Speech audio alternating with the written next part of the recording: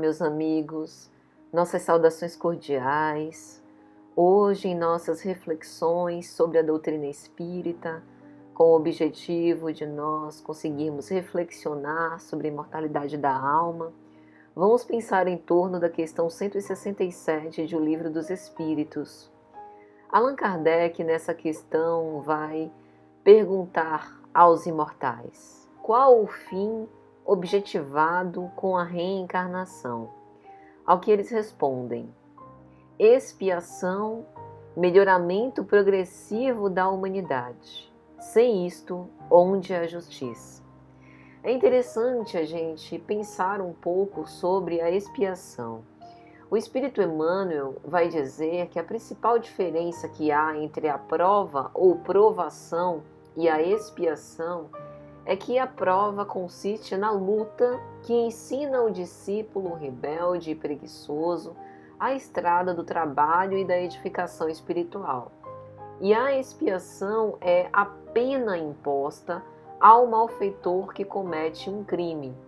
Portanto, em expiação, a gente pressupõe, tem uma representação de uma contenção temporária da liberdade individual que é necessária à educação do espírito para que, melhor utilizando o seu livre-arbítrio, possa reajustar-se à determinação das leis divinas.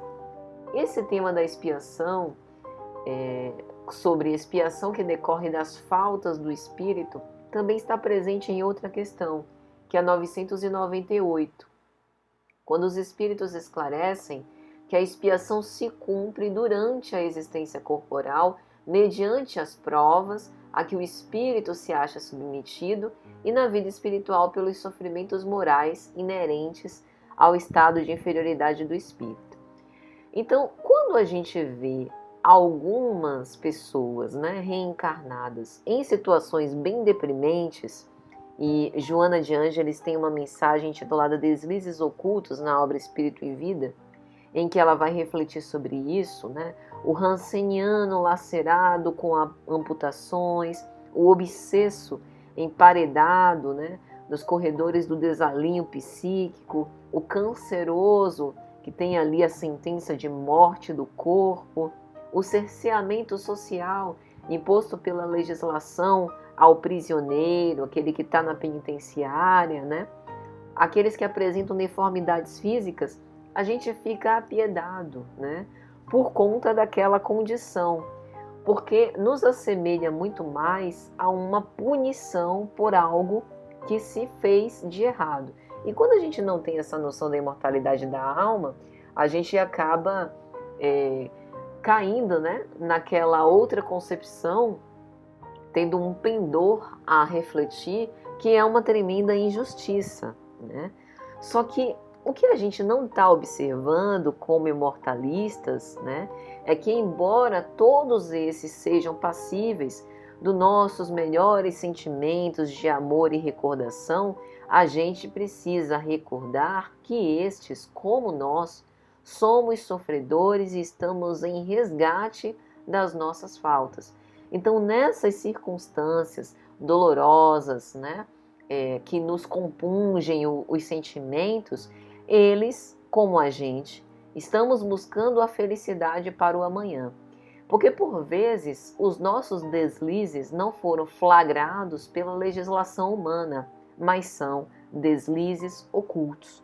E aí Joana dá diversos exemplos. Aqueles que temos a juventude, a exuberância e acabamos vendendo o nosso corpo em troca das emoções negociáveis.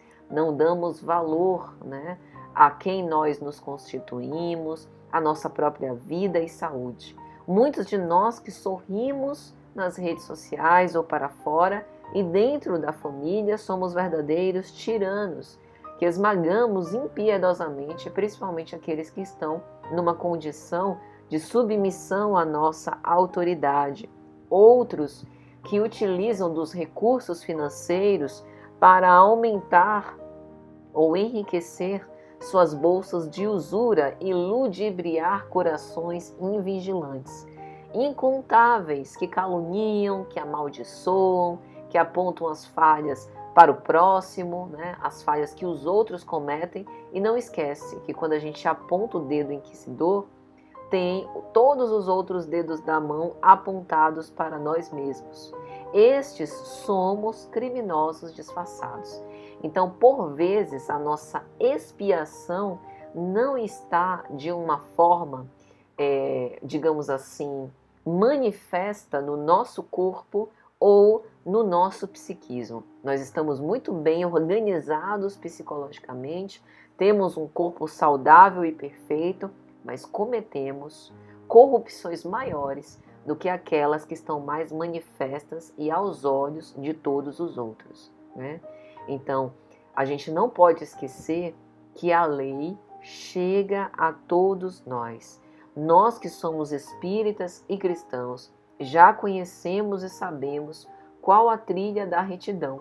Sabemos o caminho certo a seguir para que possamos agir com acerto, né? Mas muitos preferimos postergar, porque achamos que temos um tempo mais dilatado, que nunca será tarde demais. A pandemia pelo coronavírus nos serviu para a gente reavaliar esse ponto de vista, porque enquanto a nossa vida seguia o ritmo que a gente imprimia, estava tudo certo, a gente tinha a utopia do controle nas mãos. Aí vem uma pandemia, um vírus, um flagelo invisível que toma conta e se apodera do mundo e que muda completamente a forma como a gente se comunica, como a gente se relaciona, como a gente trabalha, como a gente estuda, né?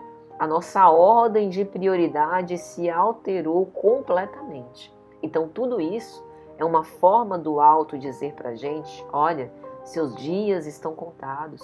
Aproveita a existência presente não para nutrir recursos amoedados que ficarão aqui nesse mundo material, mas aproveita o tempo presente para conquistar recursos eternos que você poderá levar. Mais uma vez a gente diz, né? O túmulo, nem o caixão não tem gaveta. O túmulo não vai ter lá um lugar onde a gente vai poder colocar todos os nossos recursos materiais para levar para o mundo espiritual.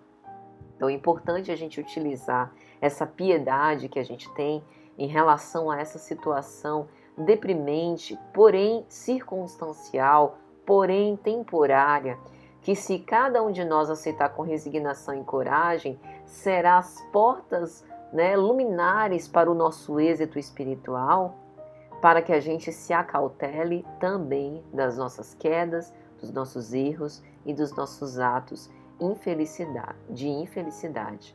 Então todo o esforço que a gente utilizar agora para reeducar a nossa mente, para disciplinar o nosso espírito, para dizer não à continuidade do erro, mesmo que isso nos cause sofrimento, né?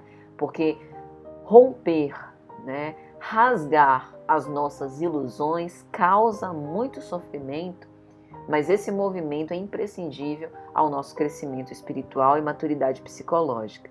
Então, que nós possamos dilatar o amor aos sofredores, mas cuidar de não nos comprometermos mais, porque amanhã, diante, né, dessa consciência mais liberta, para que os nossos erros clamorosos não se tornem sombras que acabam se convertendo em fantasmas para nos assombrar e nos impedir de alçar os voos ante a lei do sublime e excelso amor.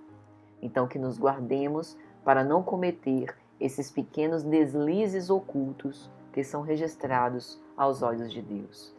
Que o Senhor Jesus nos abençoe, nos ampare, nos encoraje a todos, esperando que tenha sido de alguma sorte útil, e até a próxima, se Jesus assim permitir.